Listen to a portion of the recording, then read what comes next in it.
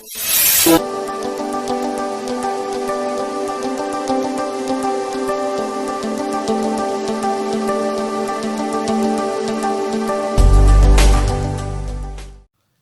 Student, आज अपन नया chapter पढ़ने वाले हैं। Chapter number 2 matrices. 11th standard में आपने इससे रिलेटेड बहुत कुछ देखा हुआ है। डेफिनेशन देखा हुआ है, टाइप्स ऑफ मैट्रिसेस देखा हुआ है, अलजेब्रिक ऑपरेशन देखा हुआ है। अलजेब्रिक ऑपरेशन में आपने क्या देखा था? Addition of two matrices, subtraction of two matrices, multiplication of two matrices. ऐसे बहुत सारे ऑपरेशन आपने उसके ऊपर परफॉर्म किए थे। अरे में आज अपन क्या करेंगे, पहले उसको थोड़ा सा रिवाइज कर लेंगे और उसके बाद में अपन 12th स्टैंडर्ड में क्या दिया हुआ है उसके क्या करेंगे, अपन स्टडी करेंगे। ओके, तो सबसे पहले अपने को डेफिनेशन मालूम होना है मैट्रिक्स की कि डेफिनेशन क्या होती है। Definition of matrix. मैट्रिक्स मतलब क्या होता है? The arrangement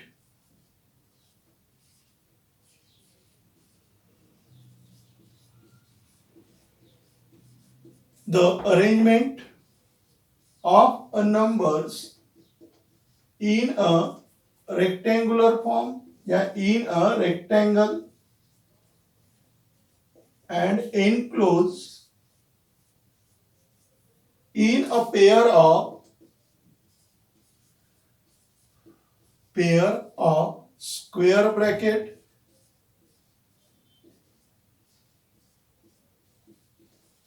in a pair of square bracket. The arrangement of a numbers in a rectangle and enclosed in a pair of square bracket. जो भी आपके पास में नंबर है उस नंबर को आपको कौन से फॉर्म में लिखना है? रेक्टेंगल की फॉर्म में लिखना है। और वो नंबर्स कहाँ अरेंज होना चाहिए? In square bracket. रेक्टेंगल मतलब क्या होता है? Arrange the number in the form of rows and columns. कहां अरेंज होने को ना? In the form of row and column. अगर अपन इस तरीके से बात करेंगे तो रो हो जाएंगे और इस तरीके से बात करेंगे तो क्या होगा? कॉलम हो जाएगा। तो रो मतलब क्या हो गया आपका? हॉरिजॉन्टल, और कॉलम बोले तो क्या होता है? वर्टिकल। ओके, तो अपन क्या करेंगे, मेरे पास में समझ लो 4 नंबर दिए हुए हैं। पहला नंबर 2 है, दूसरा नंबर 0 है, फिर 3 दिया हुआ है और फिर आपके पास में एक नंबर दिया हुआ है 6। तो ये जो मेरे पास में 4 नंबर दिए, ये 4 नंबर को मैं अलग अलग तरीके से लिख सकता। पहले मैंने ऐसा लिखा 2 0 3 6, इस तरीके से लिख दिया। या फिर मैं इनको ऐसा भी लिख सकता हूं 2, बाद में आपका ये 0 3 6, ऐसा भी लिख सकते हैं। या फिर इनको ऐसा भी लिखा जाता है 2 0 3 6।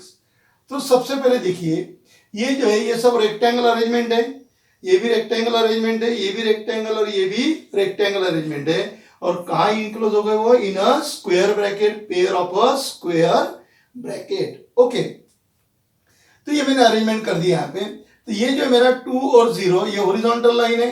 इस हॉरिजॉन्टल लाइन को क्या बोलते हैं अपन? रो बोलते हैं। ये मेरा फर्स्ट रो हो गया और ये क्या हो गया? Second row. अपन जब भी वहां लिखा हुआ है रो मतलब क्या है? हॉरिजॉन्टल। इस तरीके से जाओगे तो रो और ऐसे आओगे तो क्या होगा? कॉलम। तो ये फर्स्ट रो है और ये सेकंड रो है। इसकी अगर बात करेंगे तो ये फर्स्ट कॉलम हो जाएगा और ये क्या हो जाएगा? आपका सेकंड कॉलम हो गया। इधर में तो फर्स्ट रो, तो अब फर्स्ट रो के एलिमेंट कौन थे? फर्स्ट रो में एलिमेंट कौन थे? 2 और 0 है।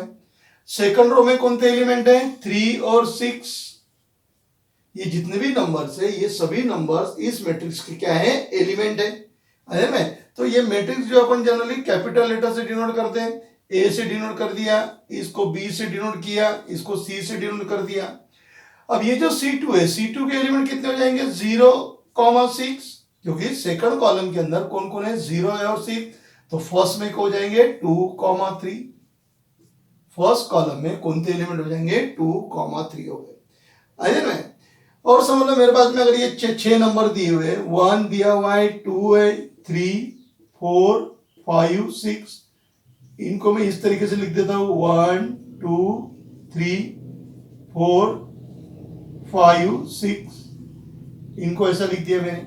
तो ये हो गया मेरा R1 मतलब फर्स्ट रो, और ये हो गया मेरा R2 यानी क्या हो गया सेकंड रो। ये जो है ये क्या हो गया फर्स्ट कॉलम, सेकंड कॉलम, और ये हो गया मेरा थर्ड कॉलम। ओके, अब इनका ऑर्डर, ऑर्डर बोलते क्या होता है number of row into the number of column. तो नंबर ऑफ रो यहाँ पे कितने रो है, 2 रो है, सो 2/3। कितने रोज है 2, और कॉलम कितने हैं 1 2 3, तो इसका ऑर्डर कितना हो गया 2/3। इसका ऑर्डर कितना होगा, कितने रोज है 2 रोज है, और कॉलम भी कितने हैं 2, तो इसका ऑर्डर जो है वो कितना होगा 2/2 का हो जाएगा। इसमें देखो कितने रो है, एक रो है, कॉलम कितने हैं 1 2 3 4, तो इसका ऑर्डर कितना हो जाएगा 1/4 हो जाएगा।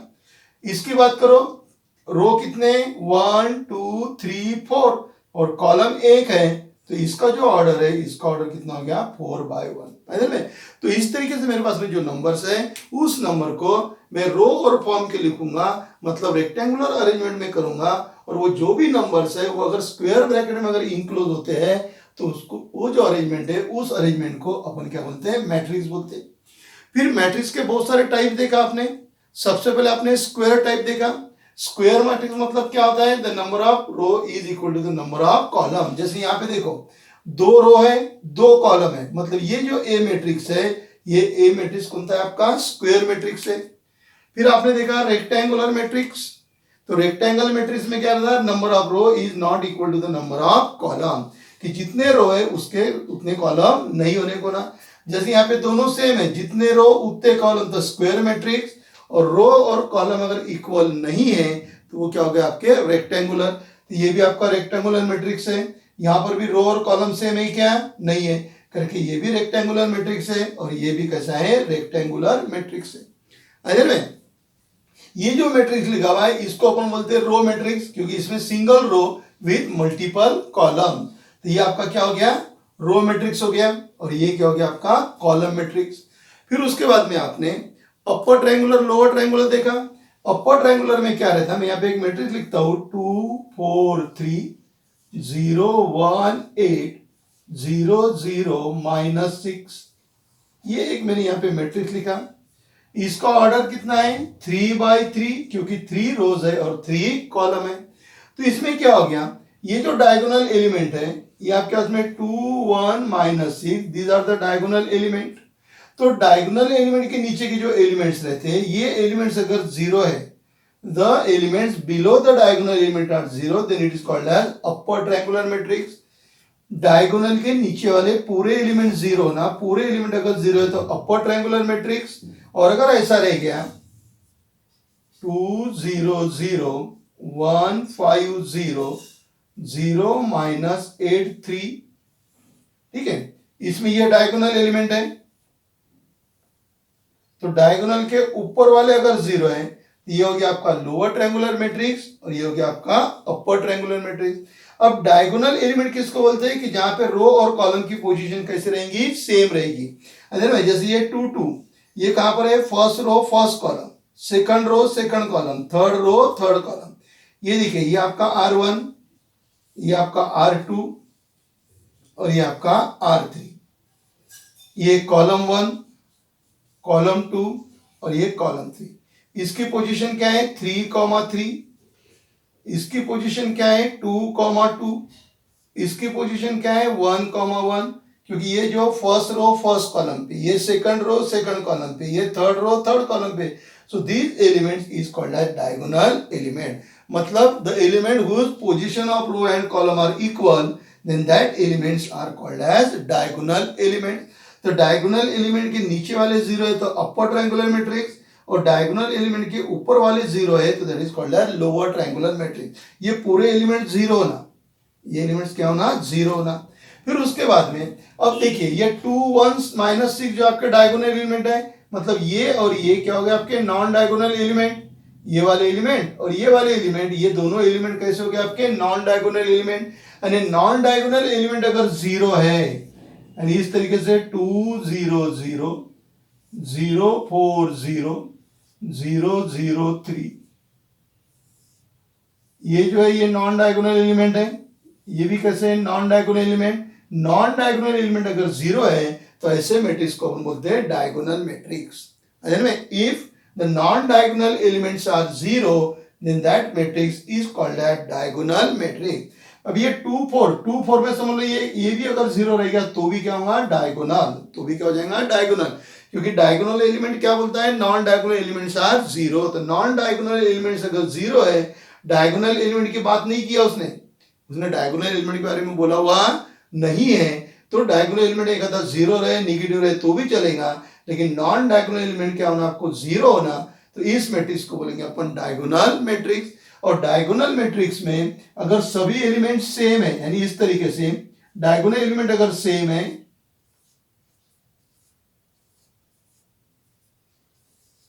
ओके पहले देख लीजिए डायगोनल मैट्रिक्स है, क्योंकि डायगोनल मैट्रिक्स क्या बोलता है non diagonal elements are zero.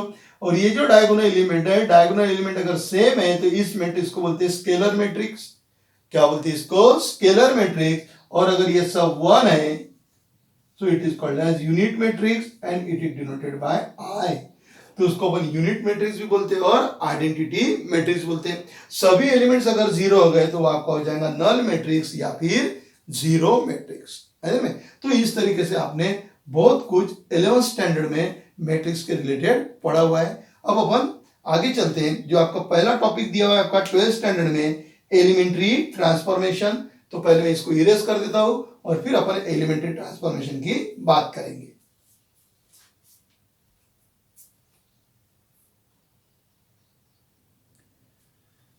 Okay, board के ऊपर मैंने लिखा है एलिमेंट्री ट्रांसफॉर्मेशन। तो अभी अपन एलिमेंट्री ट्रांसफॉर्मेशन के बारे में देखेंगे। तो we having the 6 elementary transformation. अपने पास में कितने एलिमेंट्री ट्रांसफॉर्मेशन है? 6 elementary transformation, out of which 3 for row and 3 for column. Total अपने पास में 6 एलिमेंट्री ऑपरेशन है, उसमें से 3 जो है 3 फॉर रो, 3 किसके लिए है? रो के लिए है, और 3 जो है वो कॉलम के लिए, 3 for column. Total we having the 6 elementary operation, out of which 3 operation for rows and 3 operation for column. तो रो के लिए पहला जो ऑपरेशन है, पहला ऑपरेशन क्या है? वी इंटरचेंज एनी 2 रो और एनी 2 कॉलम। रो के लिए क्या रहेगा? वी इंटरचेंज एनी 2 रो और वी इंटरचेंज एनी 2 कॉलम। तो इसको अपन लिखेंगे R I interchange R J. पहला जो है, पहला कौन सा है? We can interchange any 2 row, we can interchange any 2 row. एक आधा एग्जाम्पल अगर देखना है मेरे पास में, ये एक एग्जाम्पल यहां पे लिखता हूं मैं। 2 लिखा, 6, 1 और 4 लिखा। फिर मैंने यहां पे लिखा R1 interchange R2, R1 interchange R2। तो ये जो पोजीशन है, ये पोजीशन किसकी है? R1 की है, और ये किसकी है? R2 की। इसका मतलब क्या हो गया? R1 इंटरचेंज R2 मतलब R1 को R2 के जगह लिखना है, और R2 के जो एलिमेंट है वो कहां लिखना है आपको? R1 पे लिखना है। इस मैट्रिक्स को मैंने A नाम दे दिया, यहां पे लिखा मैंने A इक्विवेलेंट। ये जो सिंबल है, ये सिंबल का है? इक्विवेलेंट का है। कौन सा ऑपरेशन परफॉर्म हो रहा? R1 इंटरचेंज R2, मतलब R1 को R2 के जगह लिखना है, मतलब R1 की जो एलिमेंट है वो R2 पे आ जाएंगे, और R2 के जो एलिमेंट है वो R1 पे जाएंगे। तो R2 के एलिमेंट कौन थे? 1 और 4, वो कहां चले गए? R1 पे चले गए। और R1 के कौन से एलिमेंट है? 2 और 6, वो कहां गए? R2 पे आ गए। तो हो गया 2 और 6। क्या क्या? पहला ऑपरेशन कौन सा है? वी कैन इंटरचेंज एनी 2 रो, कोई भी 2 रो अपन क्या करेंगे? इंटरचेंज कर सकते हैं। ये जो मैट्रिक्स है ये 2 बाय 2 का था। समझ लो मेरे पास में एक मैट्रिक्स है 3 बाय 3 का, एक मैट्रिक्स लेता हूं, उसको मैंने बी नाम दे दिया। ये हो गया आपका एग्जाम्पल नंबर 1 और ये हो गया आपका एग्जाम्पल नंबर 2। तो बी मैट्रिक्स लिखता हूं यहां पे। 2 लिखा, 0 -4 3 1 8 2 -5 7। ये मैट्रिक्स का ऑर्डर कितना है? 3 बाय 3 का मैट्रिक्स है, 3 रोज 3 कॉलम। ये जो ये फर्स्ट रो है, ये सेकंड रो और ये थर्ड रो। ओके, तो कौन सा ऑपरेशन परफॉर्म करूंगा मैं? यहां पे लिख दिया मैंने R3 इंटरचेंज R2। कौन से दो रो इंटरचेंज हो रहे हैं? R3 और R2, ये दो क्या हो रहे हैं? इंटरचेंज हो रहे हैं। R1 इंटरचेंज हो रहा क्या? नहीं हो रहा। कोई इंटरचेंज हो रहे हैं R2 और R3, R1 इंटरचेंज नहीं हो रहा।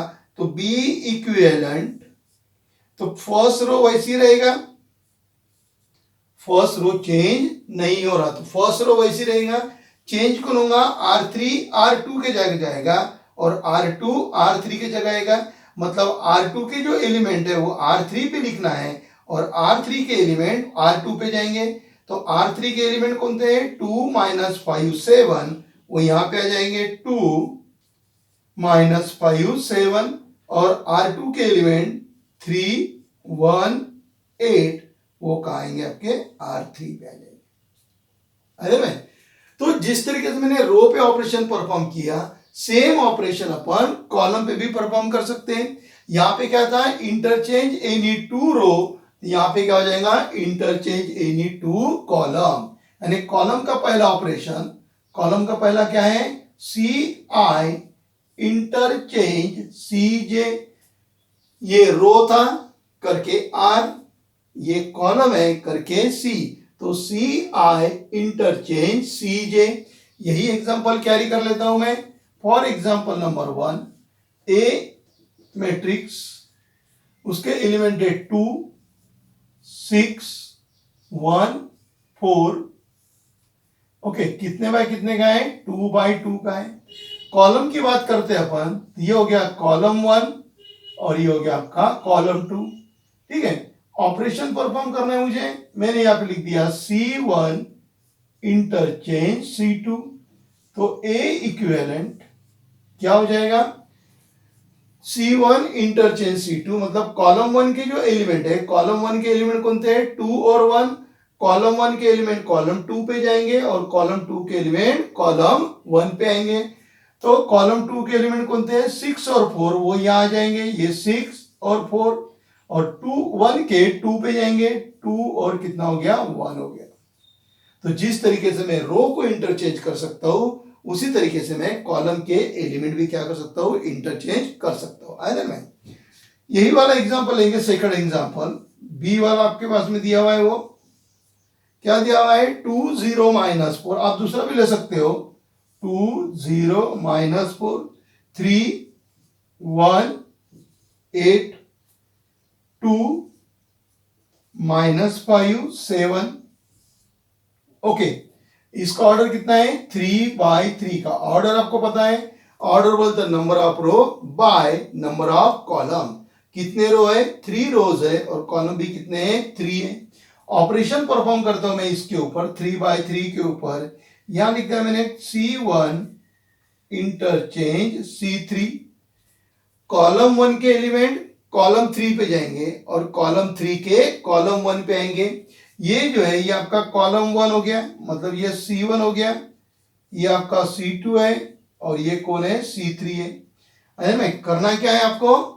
कॉलम 1 के एलिमेंट कॉलम 3 पे लिखना है और कॉलम 3 के एलिमेंट कॉलम 1 पे लाना है। तो क्या बन जाएगा आपका? B इक्विवेलेंट कॉलम 1 पे कॉलम 3 के एलिमेंट, ये कॉलम 3 के एलिमेंट है, तो -4 8 7। सेकंड कॉलम वैसी रहेगा, सेकंड कॉलम चेंज नहीं होगा। और ये जो आपका दिया हुआ है क्या हो गया? कॉलम 1 कहां चले गया? कॉलम 3 पे। ये कॉलम 1 है, ये 3 पे चले जाएगा, यानी 2 3 2। इधर में ये दोनों के लिए फर्स्ट ऑपरेशन था कि इंटरचेंज एनी 2 रोज और इंटरचेंज एनी 2 कॉलम। इधर में फिर मैं अपन सेकंड आपको लिख के देता हूं, आप इसकी नोट्स बना लीजिए और नोट डाउन कर लीजिए। फिर अपन चलते हैं सेकंड ऑपरेशन की तरफ। सेकंड ऑपरेशन, सेकंड ऑपरेशन में क्या है? We multiply all the elements of any row by a non zero scalar. We multiply all the elements of any row by a non-zero scalar। Any row by a non zero scalar. के जो है मेरा ये non zero scalar है, non zero मतलब जिसकी value zero नहीं है। एग्जांपल ले लेंगे तो जल्दी समझ जाएगा। ए मैट्रिक्स है, एग्जांपल ले लिया 3 5 2 -6। ऑपरेशन परफॉर्म करता हूं R2 पे 2 times R2, we multiply all the elements of any row. आप R1 के एलिमेंट को भी मल्टीप्लाई कर सकते हैं, R2 के एलिमेंट को भी मल्टीप्लाई कर सकते हैं, किसी भी एलिमेंट को रो को आप मल्टीप्लाई कर सकते हैं with the help of non zero scalar. Zero से मल्टीप्लाई नहीं होगा, नॉन जीरो स्केलर से मल्टीप्लाई होगा। तो मैंने यहां पे लिखा R2 और क्या कर रहा 2 टाइम्स R2, मतलब R2 को 2 से क्या करूंगा मैं मल्टीप्लाई करूंगा। तो ये तो मेरा R1 है और ये क्या है R2। तो कौन चेंज होगा R2, इस साइड में जो लिखा हुआ है वो चेंज होता है और ये किसके हिसाब से चेंज होता है, इसके हिसाब से। इधर जो लिखा है उसके हिसाब से ये क्या होगा चेंज होगा। ये हो गया मेरा A इक्विवेलेंट।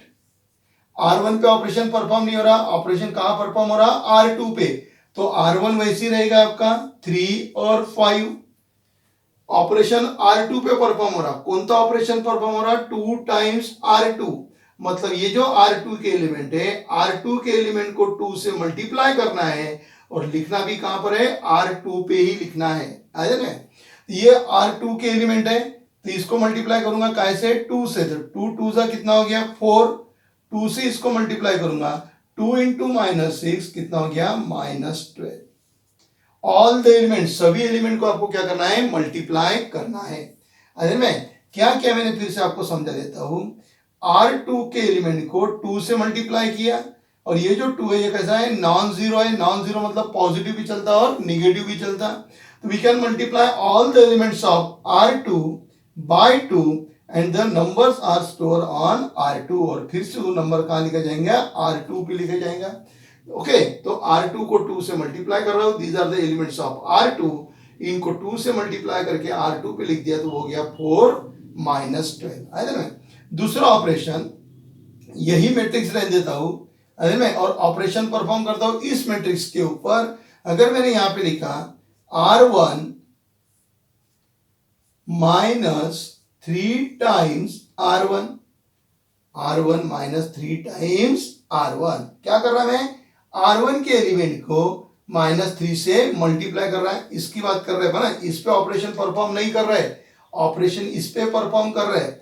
ये हो गया मेरा A इक्विवेलेंट। अब कौन चेंज होगा R1, किसके हिसाब से, इसके हिसाब से। यहां पे जो है वो चेंज होता है इधर के हिसाब से, मतलब ये ऑपरेशन है, this operation is perform on this R1।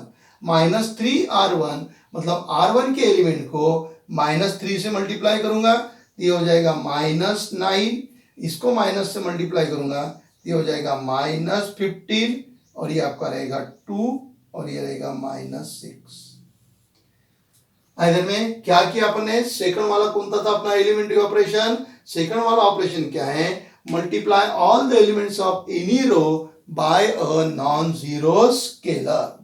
अब इधर आएंगे, इधर रो को मल्टीप्लाई किया, उधर किसको करेंगे अपन, कॉलम को मल्टीप्लाई करेंगे, वही वाला कंडीशन।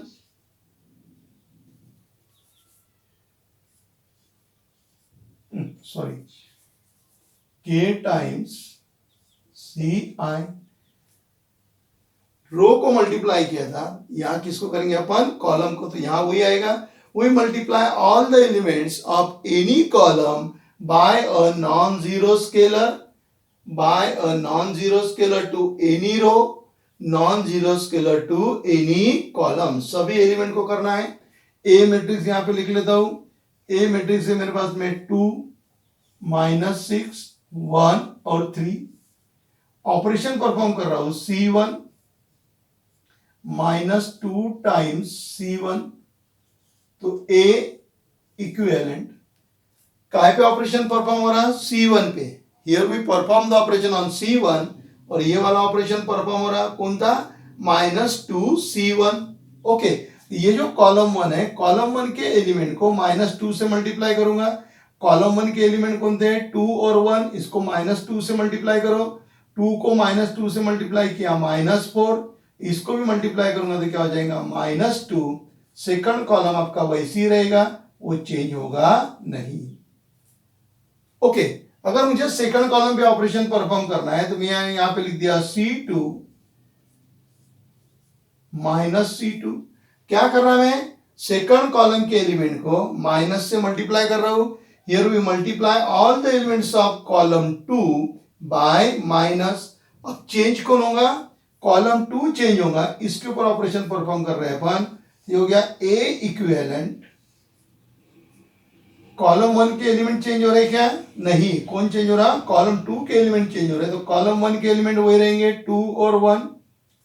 कॉलम 1 के एलिमेंट क्या रहेंगे 2 और 1 रहेंगे। कौन चेंज हो रहा, C2, इसके हिसाब से चेंज हो रहा। चेंज कौन होता है, C2, इनके हिसाब से चेंज हो रहा। -C2 मतलब ये जो सेकंड कॉलम के एलिमेंट है उसको माइनस से मल्टीप्लाई करेंगे तो माइनस माइनस प्लस हो जाएगा। ये प्लस है तो माइनस प्लस कितना हो गया, minus. Okay, so in this way we perform the second operation for row as well as column. कोणता है second operation, we can multiply all the elements of any row और any column by a non zero scalar. के जो है आपका वो क्या है, नॉन जीरो स्केलर। तो नॉन जीरो स्केलर में पॉजिटिव भी आ सकता, निगेटिव भी आ सकता। आप किसी भी रो को क्या कर सकते हैं, मल्टीप्लाई कर सकते हैं, और किसी भी कॉलम को भी क्या कर सकते हैं, आप मल्टीप्लाई कर सकते हैं। आए में तो आप इसको नोट डाउन कर लीजिए। फिर अपन चलते हैं थर्ड नंबर के एलिमेंट्री ऑपरेशन के ऊपर। ओके, थर्ड नंबर का ऑपरेशन परफॉर्म कर लेते रो के और कॉलम के लिए। तो थर्ड नंबर में क्या दिया है, we multiply all the elements of any row, we multiply all the elements of any row by a non zero scalar and add into the corresponding element of any other row। समझ में आया क्या बोला, फिर से बोलता हूं। We multiply all the elements of any row by a non-zero scalar and add into the corresponding element of any row। यानी किसी भी एक रो के सभी एलिमेंट को आप मल्टीप्लाई कर दो, और मल्टीप्लाई करने के बाद में जो नए एलिमेंट्स आएंगे वो आप किसी भी रो में क्या कर सकते हो, ऐड कर सकते हैं। फॉर एग्जाम्पल अगर मैंने R2 के एलिमेंट को मल्टीप्लाई किया तो मैं उसको R1 में भी क्या कर सकता, ऐड कर सकता। वर्ड ध्यान में रखना, करस्पॉन्डिंग। है में वो मैं अभी एग्जाम्पल लेके आपको समझाने की कोशिश करता हूं।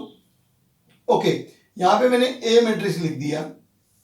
ए मैट्रिक्स में 2 4 -6 1 0 8 5 1 7।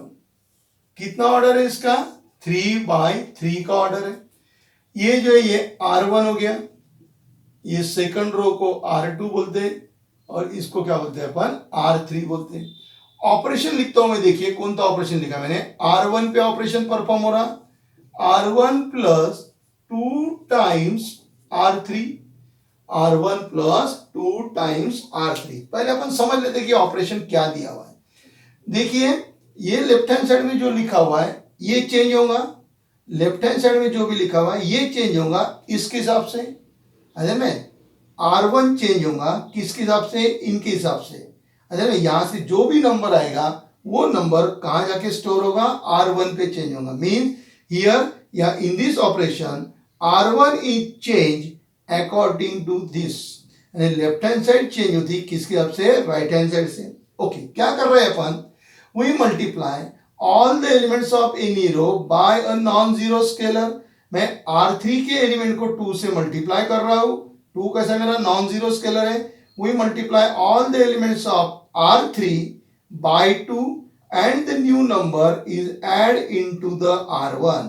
जो भी यहां से नया नंबर आएगा वो नंबर कहां ऐड करेंगे, R1 में ऐड करेंगे। और करस्पॉन्डिंग एडिंग रहता है। करस्पॉन्डिंग एडिंग मतलब पहले कॉलम का एलिमेंट पहले कॉलम में जाएगा, सेकंड का सेकंड के साथ में, थर्ड का थर्ड के साथ में। That is called as corresponding element. Change कौन हो रहा, R1, चेंज कौन हो रहा, R1। तो क्या हो जाएंगे, देखिए A इक्विवेलेंट। ओके, R1 कितना है फिलहाल 2, यहां लिख दिया मैंने 2। R1 कितना है 2 प्लस 2 इंटू R3, R3 कितना है 5, बराबर ध्यान में रखिए, क्योंकि जब अपन इनवर्स फाइंड आउट करते हैं बाय रो ट्रांसफॉर्मेशन तो आप लोगों को ये ऑपरेशन करते आने को ना आए में, तो बराबर इसको ध्यान रखिए। R1 कितना है मेरा 2, R1 2 है तो 2 लिख दिया, प्लस प्लस लिख दिया, 2 इंटू R3, अब ये R1 है तो R3 का कौन आएगा 5, ये यहां से इधर वाले एलिमेंट नहीं आएंगे, R3 के करस्पॉन्डिंग एलिमेंट बोला हुआ है, कौन से एलिमेंट करस्पॉन्डिंग, फर्स्ट कॉलम है तो फर्स्ट कॉलम का ही लेना है, तो R1 मेरा 2 है प्लस 2 इंटू R3 कितना है 5, ये कितना हो गया 5 2 जा 10, 10 प्लस 2 कितना हो गया 12। ओके, फिर वैसे यहां पे R1 कितना है 4, R1 4 है प्लस 2 इंटू R3 कितना है 1, तो क्या हो जाएगा 2 1 जा 2, 2 plus 4 that is equal to 6।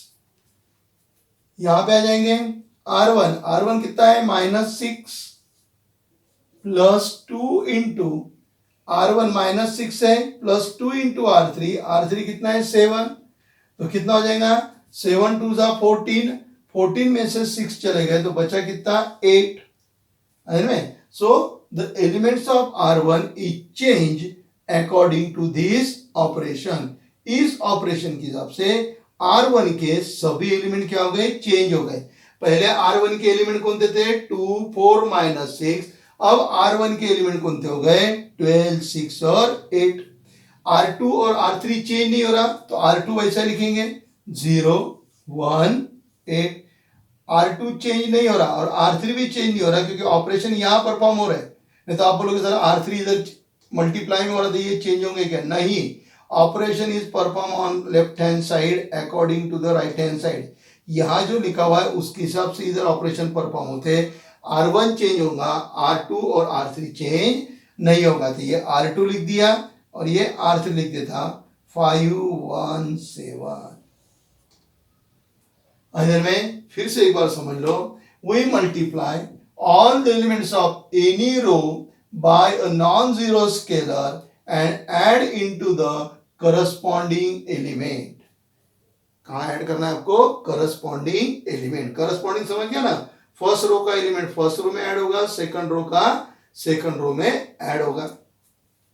Okay, वही ऑपरेशन इधर परफॉर्म होगा, यहाँ पे रो था यहाँ पे क्या हो जाएगा कॉलम हो जाएगा, यानी वही वाला कॉलम क्या बनेगा, यहाँ पे we multiply all the elements of any column, we multiply all the element of any column by a non-zero scalar and add to the corresponding element of any column। किसी भी कॉलम के element को non zero से multiply करो, जो भी number आएगा वो क्या करना है आपको करस्पॉन्डिंग कॉलम के एलिमेंट में क्या करना है उसको ऐड करना है। ओके, तो चलिए एक एग्जांपल कैरी कर लेते हैं अपन, a इक्वल टू 2 3 1 -5 2 0 1 4 3। ओके, तो कॉलम की बात कर ले तो कॉलम के बारे में लिख लूंगा, ये हो गया मेरा कॉलम 1, ये हो गया मेरा कॉलम 2 और ये हो गया मेरा कॉलम 3। ऑपरेशन लिखता हूं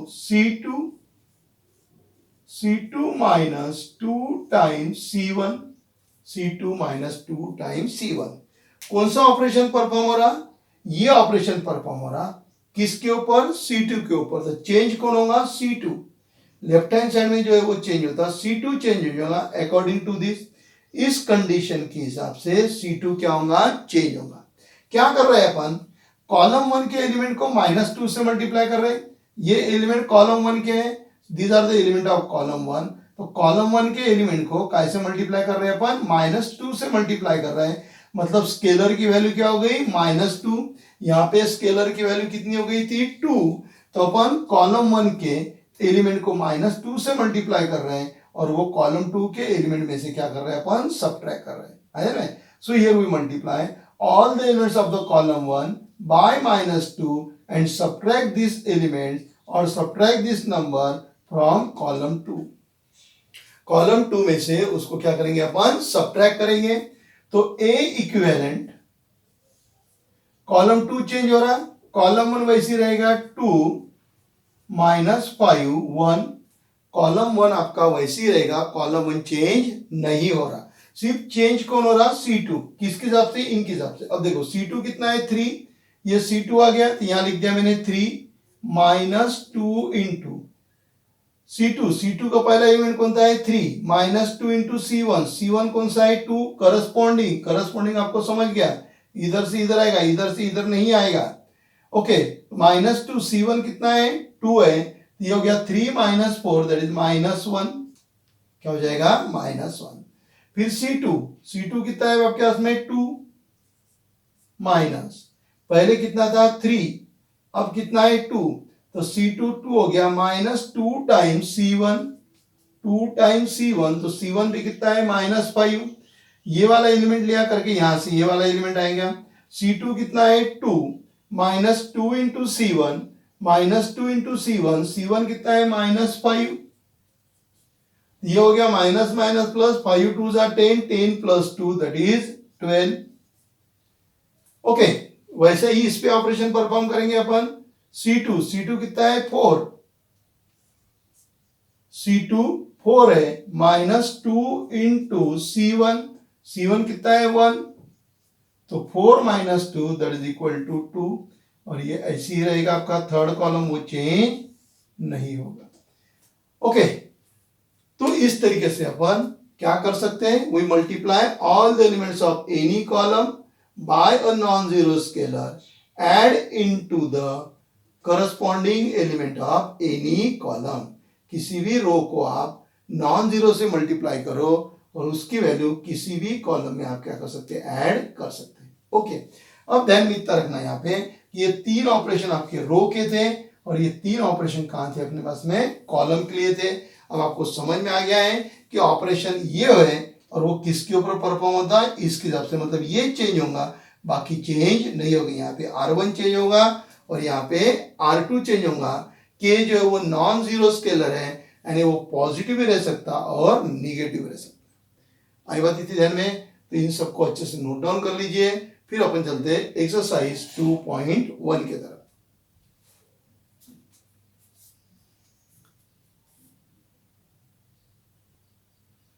एक्सरसाइज 2.1 प्रॉब्लम नंबर 1, ए मैट्रिक्स आपको दिया हुआ है 1 0 माइनस 1 3 और ऑपरेशन आपको दिया हुआ है R1 इंटरचेंज R2, यानी R1 को R2 के जगह लिखना है और R2 को R1 के जगह लिखना है। तो A equivalent R1 interchange R2, ये जो आपका ये कौन हो गया आपका R1 और ये क्या हो गया R2, तो इंटरचेंज करना है, R1 के एलिमेंट R2 पे ले जाओ और R2 के R1 पे ले जाओ। तो R2 के कौन है -1 और 3 और R1 के कौन थे 1 और 0। ये हो गया आपका पहला problem, R1 interchange R2। Second में आपको दिया हुआ है, सेकंड नंबर का प्रॉब्लम आपको दिया हुआ है बी मैट्रिक्स से एलिमेंट है 1 -1 3 1 -1 3 और दिया है 2 5 4 2 5 4। ओके, ऑपरेशन परफॉर्म करना है आपको R1 पे, कौन सा ऑपरेशन परफॉर्म करना है R1 minus R2, R1 minus R2।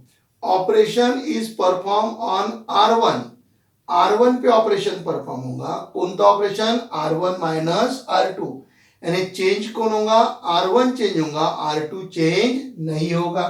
तो ये जो है मेरा फर्स्ट रो है, इसको R1 बोल दिया, ये सेकंड रो है तो क्या हो गया R2। ये ऑपरेशन आपको परफॉर्म करना है, कौन सा ऑपरेशन परफॉर्म करना है R1 वाला ऑपरेशन परफॉर्म करना है, R1 माइनस R2। तो B equivalent R1 minus R2 1 minus 2 minus 1, R1 minus R2 1 minus 2 minus 1 -1 -5, R1 की वैल्यू कितनी है -1 माइनस ये 5 -1 -5 that is -6 3 -4 that is equal to -1 और सेकंड आपका रो वैसा ही रहेगा, सेकंड रो चेंज नहीं होगा। चेंज कौन होगा? सिर्फ फर्स्ट रो ही क्या हो जाएगा आपका चेंज होगा। थर्ड में आपको ऑपरेशन दिया हुआ है। ओके, इसमें बहुत सारे इजी एग्जांपल्स दिए हुए ताकि आगे की जो एक्सरसाइज है उसमें ये ऑपरेशन परफॉर्म करने को आपको परेशानी नहीं होने को होना। तो ए मैट्रिक्स दिया है 5 4 1 3। ओके, ऑपरेशन दिया हुआ है C1 इंटरचेंज C2। अब इंटरचेंज तो आपको समझ ही जाता, तो A equivalent C1 interchange C2 मतलब कॉलम 1 के एलिमेंट कॉलम 2 पे लिखना है और कॉलम 2 के कॉलम 1 पे लिखना है। कॉलम 1 के एलिमेंट कौन थे? 5 1, ये कहां लिखूंगा? 2 पे लिखूंगा और 2 के 1 पे, तो 4 और 3। सेकंड कॉलम के एलिमेंट कॉलम 1 पे आ गए, फर्स्ट कॉलम के एलिमेंट सेकंड पे चले गए, so that is called as interchange. Column 1 column 2 पे लिख दिया, कॉलम 2 कॉलम 1 पे लिख दिया। ओके, फिर फोर्थ नंबर का प्रॉब्लम, सॉरी एक और इसमें, ये थर्ड वाले में ये एक और एक हो गया, एक और दिया है इसमें बी मैट्रिक्स आपको दिया हुआ है। बी मैट्रिक्स है क्या इसमें 3 1 4 5, 3 1 4 5। ऑपरेशन परफॉर्म करना है आपको R1 interchange R2, R1 interchange R2। तो B इक्विवेलेंट R1 के एलिमेंट R2 पे लिखूंगा, ये R1 के एलिमेंट है, ये R1 है और ये R2 है। तो R1 के एलिमेंट R2 पे लिख दो और R2 के R1 पे, तो R2 के कौन है? 4 और 5 और R1 के कौन थे? 3 और 1। ये हो गया आपका second. What do you observe? तो ये जो आपको मैट्रिक्स 1 मिला और ये ऑपरेशन करने के बाद में जो मैट्रिक्स 2 मिला, ये दोनों मैट्रिक्स कैसे हैं? What do you observe after performing this two operation? First operation on matrix A, second operation on matrix B. क्या लिखिए? 4 5 3 1। यहाँ पे फर्स्ट रो में 4 5 है, उधर भी 4 5 है। सेकंड रो में 3 1 है, उधर भी सेकंड रो में 3 1 है, मतलब both the matrix are equal. तो व्हाट डू यू ऑब्जर्व? तो क्या लिखोगे आप? द मैट्रिक्स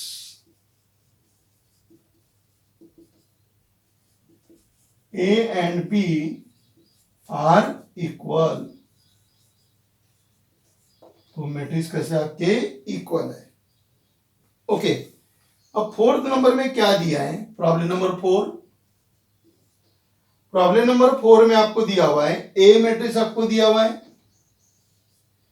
ए मैट्रिक्स दिया है 1 2 -1 0 1 3। ओके, ऑपरेशन आपको दिया हुआ है 2 टाइम्स C2। अपन इसका मतलब समझ लेते हैं अपन, ये 2 टाइम्स C2 क्या होता है। ये शॉर्टकट में लिखा हुआ है। 2 टाइम्स C2 का मतलब ये होता है कि C2 के एलिमेंट को 2 से मल्टीप्लाई करना है। 2 times C2 mean we multiply all the elements of the column 2 by 2 and store the new number at column 2। Column 2 के सभी एलिमेंट को 2 से मल्टीप्लाई करना है। जो भी आपको नया नंबर मिलेगा वो नंबर कहां लिखना है आपको? कॉलम 2 पे लिखना है। कहां लिखना है? कॉलम 2 पे। ये शॉर्टकट में लिखा हुआ है, एक तो ऐसा भी लिखा जाएगा या फिर आपने ऐसा लिखा तो भी चलेगा। और कॉलम 2 टाइम्स C2 वही है। ये दोनों का मीनिंग एक ही होता है, लिखने का थोड़ा सा तरीका अलग अलग है। क्या होगा यहाँ पे? कॉलम 2 के एलिमेंट को 2 से मल्टीप्लाई होगा, जो भी नया नंबर आएगा वो कहा जाएगा? कॉलम 2 पे जाएगा। मतलब चेंज कौन होगा? कॉलम 2 चेंज होगा इसके हिसाब से। आएगा ध्यान में? ये समझ गया? ये लिखने का तरीका ध्यान में आ गया कि multiply all the elements of the column 2 by 2 and the new number is store at column 2। Column 2 पे अपन लिखेंगे। तो ए इक्विवेलेंट, पहला कॉलम तो चेंज नहीं होगा, first column as it is, ये वाला चेंज होगा। कौन सा चेंज होगा? C2 किसके साथ से? 2 टाइम्स C2। इसको 2 से मल्टीप्लाई करो, 2 2 जा 4, इसको 2 से मल्टीप्लाई करेंगे 2, ये -1 और ये 3। समझ में आ गया? दोनों में लिखने का तरीका ध्यान में रखिए, ये लिखो या ये लिखो, दोनों का मतलब एक ही है कि operation is perform on C2 and which operation is perform on C2, multiply the elements of the column 2 by 2. Here is also operation performed is on C2 and this operation 2 times C2. Okay, तो ये हो गया मेरा A. फिर आपको B matrix दिया इसी में. B मैट्रिक्स आपके पास में 1 0 2 2 4 5.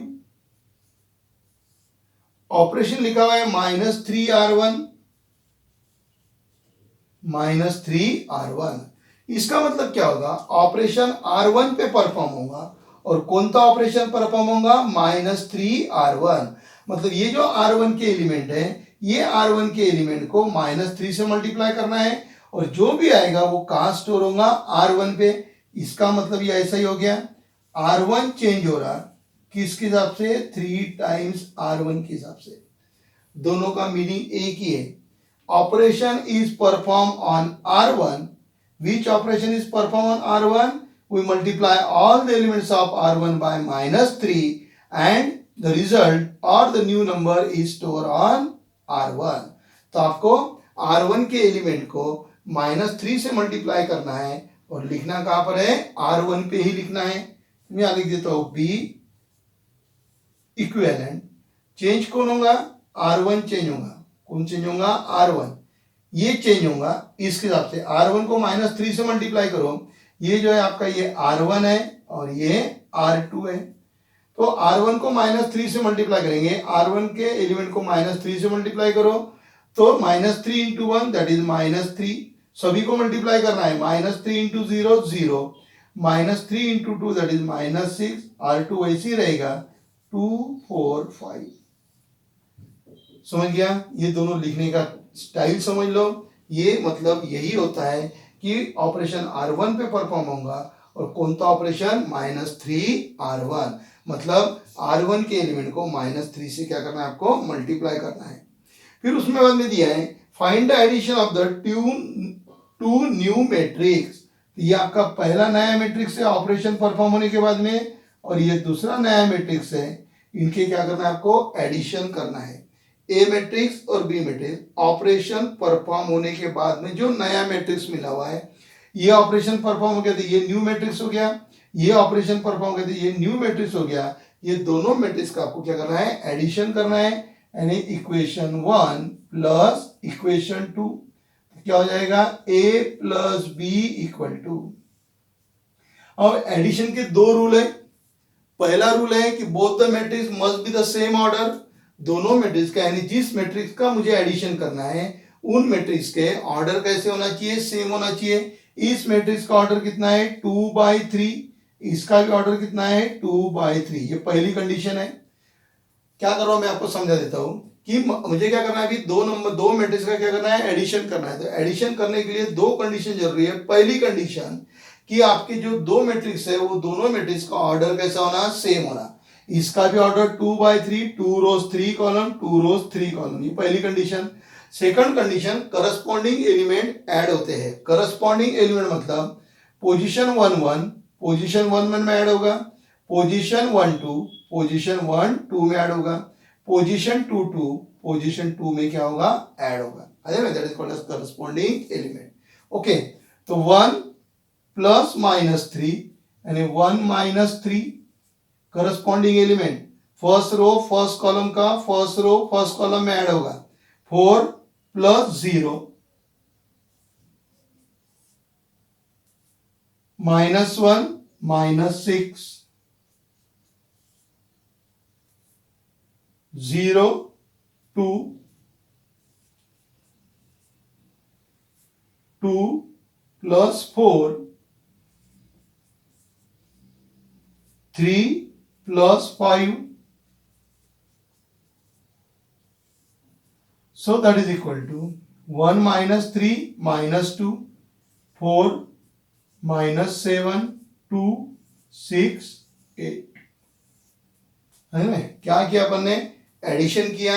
एडिशन करते वक्त दो कंडीशन ध्यान में रखना है. ऑर्डर सेम होना चाहिए और करस्पॉन्डिंग एलिमेंट का क्या होता, एडिशन होता। तो फिर आपका a प्लस बी, उसका आंसर क्या रहेगा, -2 4 -7। और अपन जब मैट्रिक्स रीड करते तो वो रो वाइज रीड होता है, -2 4 -7 2 6 8। जब भी आप मैट्रिक्स रीड करोगे तो कैसे रीड करना, उसको रो वाइज रीड करना है ना। यहाँ तक मैंने क्वेश्चन नंबर 4 सॉल्व किए। फिर अपन चलते क्वेश्चन नंबर 5 की तरफ। आप इसको नोट डाउन कर लीजिए। ओके, फिर मैं इसको इरेज करता हूं। प्रॉब्लम नंबर 5 और प्रॉब्लम नंबर 6 दोनों मैंने बोर्ड के ऊपर लिखे। प्रॉब्लम नंबर 5 के ए पे क्या लिखा हुआ है, ए मैट्रिक्स दिया है जिसमें एलिमेंट है 1 -1 3, सेकंड कॉलम सेकंड रो के एलिमेंट है 2 1 0 और इधर है 3 3 1। ओके, पहला ऑपरेशन आपको परफॉर्म करना है 3 टाइम्स R3। कौन सा ऑपरेशन, 3 टाइम्स R3। अब ये 3 टाइम्स R3 का मतलब क्या होता है, पहले मैं ए मैट्रिक्स यहां पे लिख लेता हूं। ए मैट्रिक्स है मेरे पास में 1 -1 3 2 1 0 3 3 1। पहला ऑपरेशन 3R3। 3R3 का मतलब क्या होता है, ऑपरेशन किस पे परफॉर्म होगा, R3 पे परफॉर्म होगा। 3R3 means operation is perform on R3। और कौन सा ऑपरेशन परफॉर्म हो रहा है, एक तो ये लिखो या फिर और कौन सा ऑपरेशन परफॉर्म हो रहा, 3 टाइम्स R3। जब भी आपने देखा था पिछले प्रॉब्लम के अंदर 3R3 लिखा है, इस तरीके से अगर लिखा हुआ रहेगा तो ये शॉर्टकट वाला है। R3 को 3 से मल्टीप्लाई होगा, जो भी नया नंबर आएगा वो R3 पे स्टोर होगा। Multiply all the elements of R3 by 3 and the new number is written on R3। कहां लिखा जाएगा, R3 पे ही लिखा जाएगा। ओके, तो A इक्विवेलेंट चेंज कौन हो रहा, R3, मतलब R1 वैसी रहेगा 1 -1 3, ये R1 हो गया। R2 भी वैसी रहेगा 2 1 0। चेंज कौन हो रहा, सिर्फ R3 चेंज हो रहा इसके हिसाब से। 3 टाइम्स R3, ये R3 है तो R3 के सभी एलिमेंट को 3 से मल्टीप्लाई करो। 3 3 जा 9, इसको भी मल्टीप्लाई करेंगे 3 3 जा 9, इसको मल्टीप्लाई करेंगे 3 1 जा 3। ये हो गया मेरा फर्स्ट ऑपरेशन। एंड देन बोला मतलब इसी मैट्रिक्स के ऊपर ये ऑपरेशन परफॉर्म करना है। इस मैट्रिक्स के ऊपर पहला ऑपरेशन परफॉर्म किया, फर्स्ट ऑपरेशन परफॉर्म करने के बाद में आपका मैट्रिक्स ए हो गया। और ये जो नया मैट्रिक्स आया, इस मैट्रिक्स के ऊपर ये सेकंड ऑपरेशन परफॉर्म करना है। ये ऑपरेशन ओरिजिनल मैट्रिक्स पे परफॉर्म नहीं करना है। After performing the first operation आपको नया मैट्रिक्स मिला और इस मैट्रिक्स के ऊपर ये ऑपरेशन आपको परफॉर्म करना है। कौन सा ऑपरेशन है वो देखिए, C3 प्लस 2 टाइम्स C2। ये भी लिखा तो चलता, ऑपरेशन किस पे परफॉर्म होगा, C2 की C3 पे। ऑपरेशन परफॉर्म किस पे होगा, C2 पे होगा कि C3 पे होगा। जो पहले लिखा हुआ रहता उस पे ऑपरेशन परफॉर्म होता। यहां कौन लिखा हुआ है, C3, तो operation is perform on C3।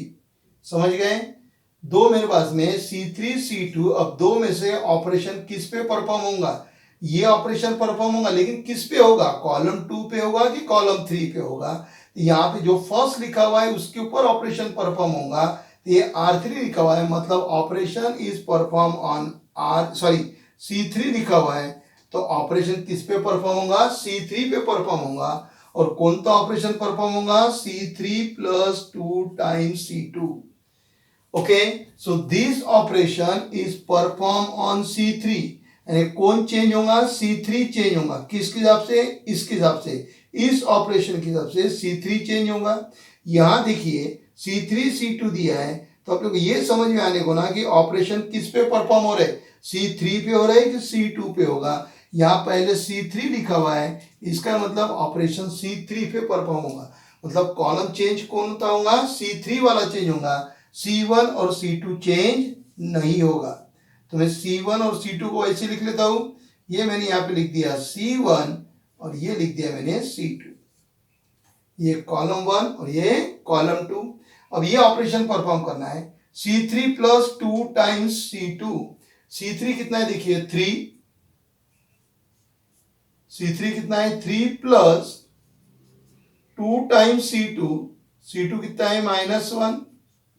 फिर से देखिए C3 पे कौन है 3 plus 2 into C2, 3 plus 2 into C2, ये C2 के एलिमेंट है तो 2 से मल्टीप्लाई करेंगे तो ये हो गया -2, 3 माइनस 2 कितना हो गया 1। C3 कितना है 0, 0 plus 2 into C2 corresponding element ये था तो इधर वाला लिया, आप 0 है तो ये लेंगे, plus 2 into C2 that is 1, so that is equal to 2।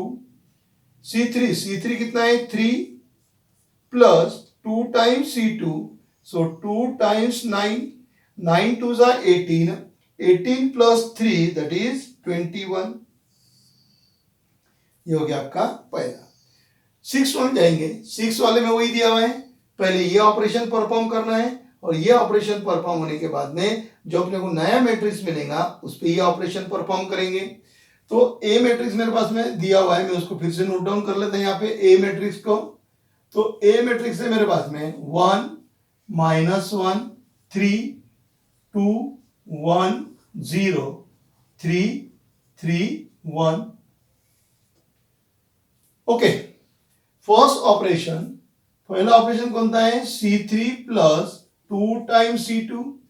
क्या होगा इसका मतलब, अब आपको समझ गए, यहाँ पे आपने देखा हुआ है C3 plus 2 times C2, operation perform on C3, किस पे परफॉर्म हो रहा C3 पे। ये लिखो या इस तरीके से लिखो, दोनों का मीनिंग एक ही होता है। तो A इक्विवेलेंट ऑपरेशन C3 पे परफॉर्म हो रहा है, मतलब C1 और C2 सेम रहेगा, ये लिख दिया मैंने C1 और ये लिख दिया मैंने C2।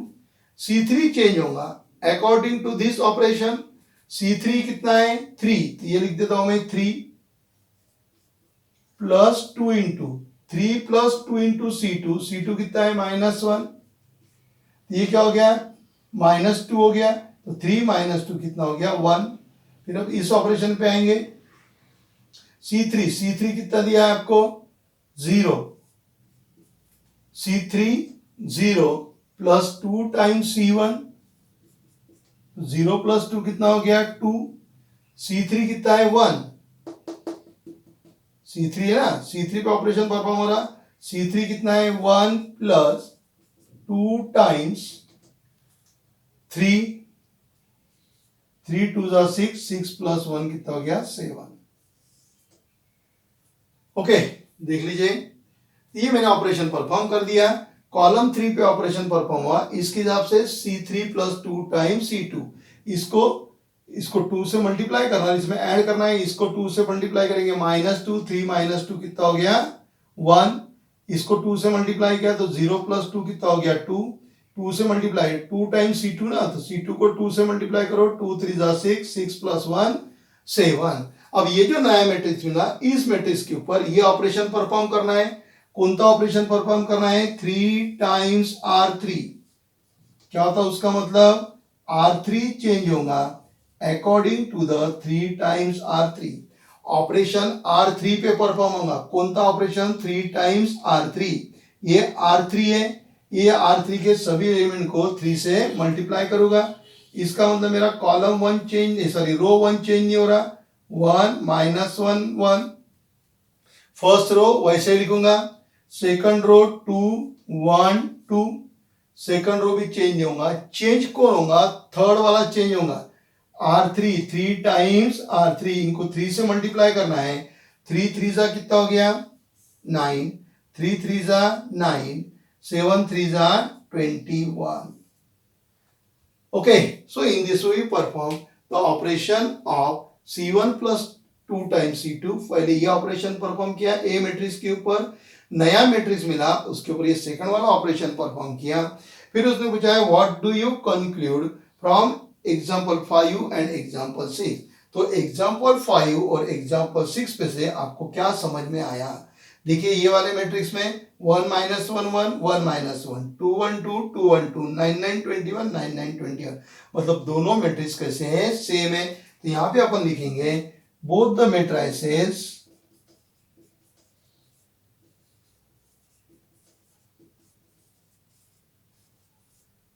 Matrices are same.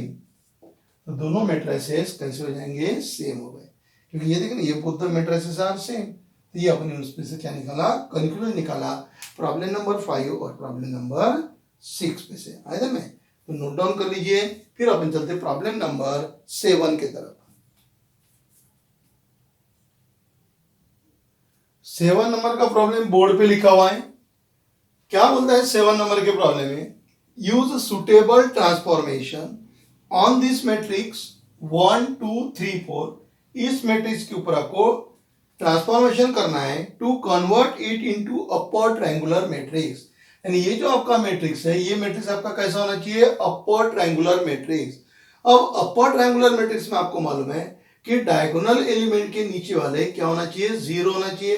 The elements below the diagonal क्या होना चाहिए, जीरो होना चाहिए। तो उसको क्या बोलेंगे अपन, अपर ट्रायंगुलर मैट्रिक्स। तो ये जो मैट्रिक्स है, इस मैट्रिक्स को मैंने ए से डिनोट कर दिया, मैंने लिख दिया let A equal to the given matrix. वो क्या बोलता है, convert this matrix into the upper triangular matrix. Upper triangular matrix मतलब ये 3 के जगह आपको 0 लाना है।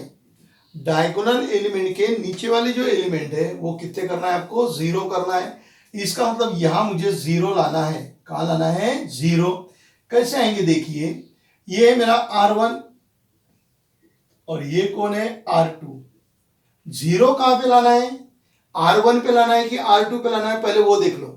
यहां 0 लाना है, क्यों लाना है, क्योंकि मुझे इसको अपर ट्रायंगुलर में कन्वर्ट करना है। और अपर ट्रायंगुलर मतलब मालूम है आपको, all the elements below the diagonal. ये डायगोनल एलिमेंट है, डायगोनल एलिमेंट के नीचे वाला एलिमेंट क्या होना चाहिए, 0 होने को ना।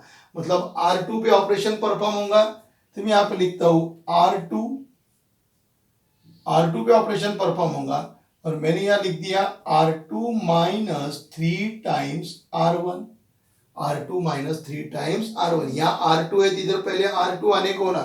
ये बात ध्यान में रखिए, यहां जो रहता वही पहले इधर आने को ना। तो ऑपरेशन R2 पे परफॉर्म हो रहा, तो R2 यहां आ जाएगा। तो ये एलिमेंट को अगर मैं 3 से मल्टीप्लाई करूंगा तो ये 3 हो जाएगा, और 3 माइनस 3 क्या हो गया, 0। ऑपरेशन किस पे परफॉर्म हो रहा, R2 पे। तो R1 चेंज होगा क्या, नहीं होगा। तो A इक्विवेलेंट R1 आपका वैसे ही रहेगा, R1 चेंज नहीं होगा। R2 कितना है, 3। R2 कितना है, 3 माइनस 3 इंटू R1 कितना है, 1। ये R1 है, ये R2 है। तो ये हो गया 3 माइनस 3 कितना हो गया, 0। R2 कितना है, 4। सभी एलिमेंट को करना है। R2 कितना है, 4 माइनस 3 टाइम्स R1। R2 जो है वो 4 हो गया, R2 है 4 माइनस 3 टाइम्स R1। तो ये 3 टाइम्स R1, ये हो गया -6। 4 माइनस 6 कितना हो गया, -2। 4 माइनस 6 -2 हो गया आपका अपर ट्रायंगुलर में convert. So in this way we convert this matrix into the upper triangular matrix. फिर प्रॉब्लम नंबर 8 के तरफ चलते हैं।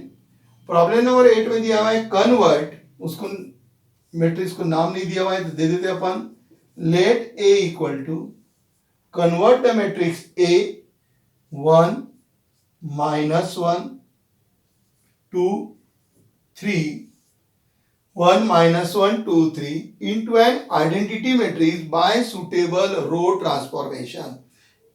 ये जो आपको मैट्रिक्स A दिया हुआ है, इस मैट्रिक्स को आइडेंटिटी मैट्रिक्स में क्या करना है, आपको कन्वर्ट करना है।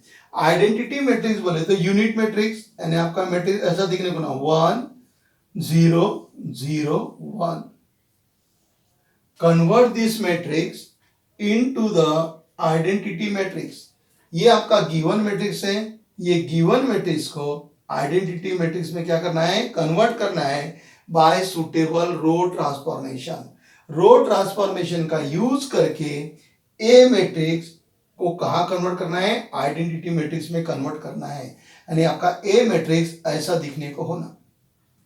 समझ गए क्या बोल रहा है वो, given matrix is converted into the identity matrix. मतलब ए मैट्रिक्स को आइडेंटिटी मैट्रिक्स में कन्वर्ट करना है।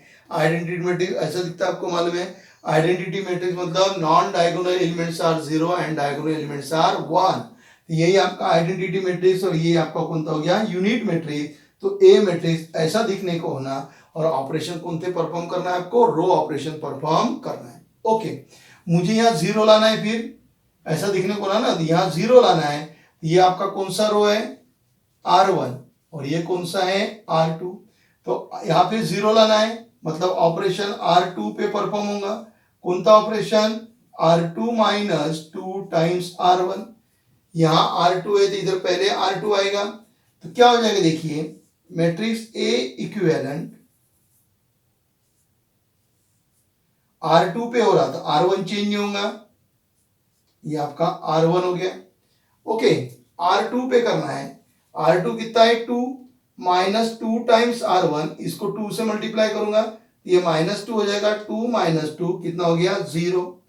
R2 कितना है, 3, R2 कितना है, 3 माइनस 2 टाइम्स R1, इसको -2 से मल्टीप्लाई करो तो ये प्लस हो जाएगा, तो 3 plus 2 that is equal to 5।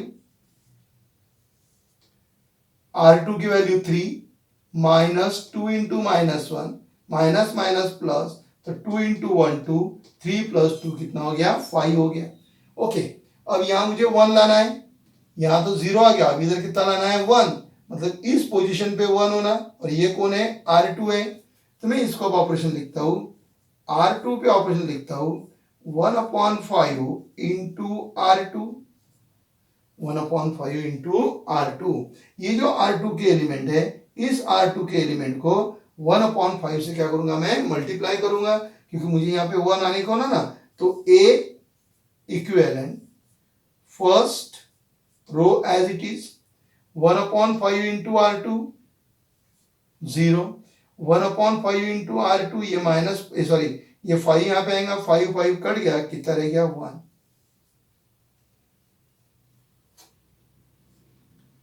समझ गया, इस 5 के जगह मुझे 1 होना, करके मैंने उसको क्या किया, मल्टीप्लाई किया 1/5 से। डिवाइड वाला ऑप्शन अपने पास में नहीं है, और multiply all the elements of any row by a non zero scalar. अब देखो 1/5 ये नॉन जीरो स्केलर है, इस नॉन जीरो स्केलर से R2 के दोनों एलिमेंट को क्या किया, मैंने मल्टीप्लाई किया, इसको भी मल्टीप्लाई किया, 0 आ गया, इसको भी मल्टीप्लाई किया, कितना आ गया, 1 आ गया।